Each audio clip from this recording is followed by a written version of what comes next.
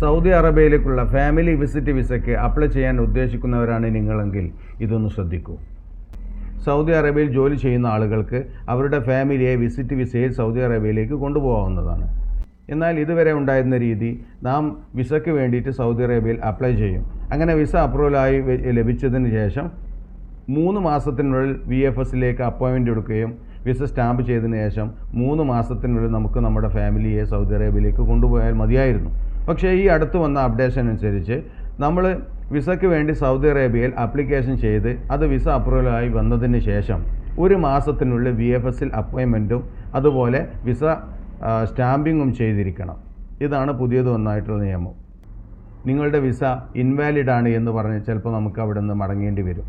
പിന്നെ രണ്ടാമത് നമ്മൾ വിസയ്ക്ക് ആപ്ലിക്കേഷൻ ചെയ്യേണ്ടി വരും.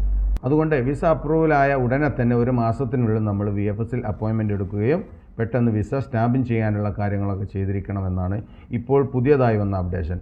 അതുപോലെ വിസ സ്റ്റാമ്പ് ചെയ്തതിന് ശേഷം 1 മാസത്തിനുള്ളിൽ ഈ ഫാമിലിയെ നമ്മൾ സൗദി അറേബ്യയിൽ എത്തിക്കുകയും വേണം.